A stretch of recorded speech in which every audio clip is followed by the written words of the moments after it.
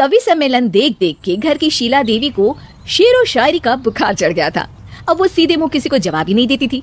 उनके पति और उनका बेटा तो काम करने घर से बाहर चले जाते थे और उनकी शायरी झेलनी पड़ती थी बहू रेणु को। अब सास बोलती नहीं, अर्ज करती थी, संदूक पे रखी संदूक, संदूक में रखे झुमके, बहू झुमके निकाल के दे मेरे, कहाँ लगा रही है ठुमके। माँ जी, झुमके तो आपके निकाल दूंगी मैं, लेकिन आपके दिमाग से ये शायरी का भूत कैसे निकलेगा? छोटे लोग नहीं समझेंगे, शायरी है शौक बड़ा, तू अपने काम से काम रख, मेरे काम में मत टांग अड़ा। शौक अलग बात है, लेकिन हर चीज में अपना शौक डाल देने से जग हसाई हो सकती है सासू माँ। अरे मैं हूँ एक नंबर कलाकार, कोई ऐसी वैसी बला नहीं, तुम घर के कामों में उलझी, समझोगी मेरी कला नहीं। ठीक है माँ जी, आप नहीं समझती तो कोई बात नहीं, लाओ मैं आपके झुमके ही निकाल कर दे देती हूँ।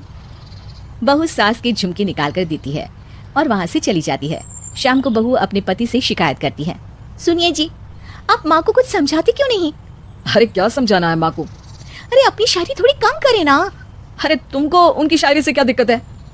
अरे मुझे नहीं, पर पड़ोस में सब लोग हंसते हैं, कहते हैं बुढ़ापे में लोग सठिया जाते हैं, लेकिन शीला जी तो शायर हो गई हैं। अरे लोगों का काम है कहना, लोगों की बातों का क्या टेंशन लेना। अरे वाह, मैंने भी शेर कह दिया, वाह वाह वाह वाह। देख लो, तुमसे किसी ने कहा नहीं और तुम्हारे सामने कोई माँ की बुराई नहीं करता तो तुमको फर्क नहीं पड़ रहा। अरे तुम खामखा की बात का बतंगड़ बना रही हो। चलो चाय बना कर ले आओ मेरे लिए, साथ पियेंगे, कोई ढंग की बातें करेंगे। रेणु चाय बनाने लगती है। पहले वो अपने पति को चाय देती है, फिर सास को और आखिर में अपने ससुर को। लेकिन वो देखती है कि ससुर जी कुछ परेशान से हैं। क्या हुआ ससुर जी, कोई बात हो गई है क्या?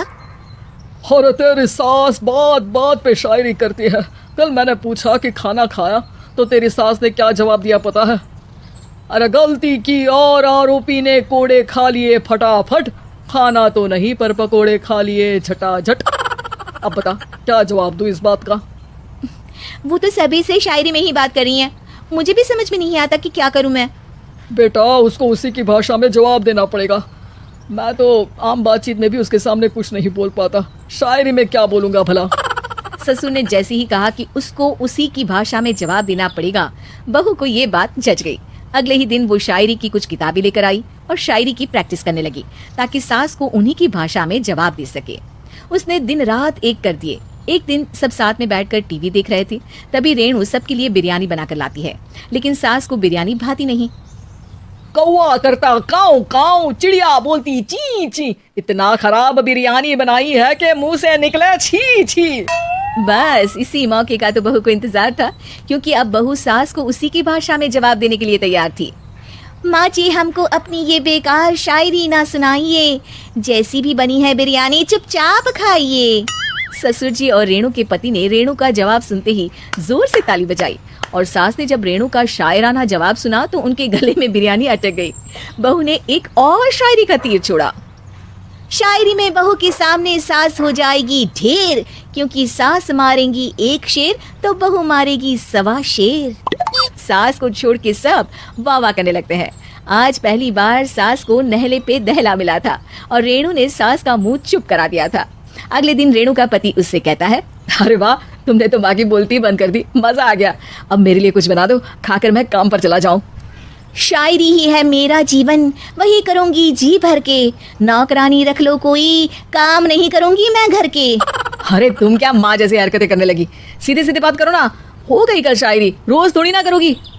शीशी भरी गुलाब की पत्थर पे फोड़ दो, जो मुझे शायरी से रोके उसके कान मरोड़ दो। पति घबराकर वहां से चला जाता है और बाहर उसके पिताजी के पास जाकर बैठ जाता है।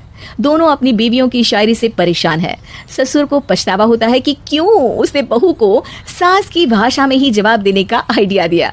अब तो घर में 2 शायर हैं। दोनों एक साथ दुखी स्वर में कहते हैं, हम दोनों की ही बीवियां जब से शायर हो गई है, क्या बताएं जिंदगी एक फटा हुआ टायर हो गई है।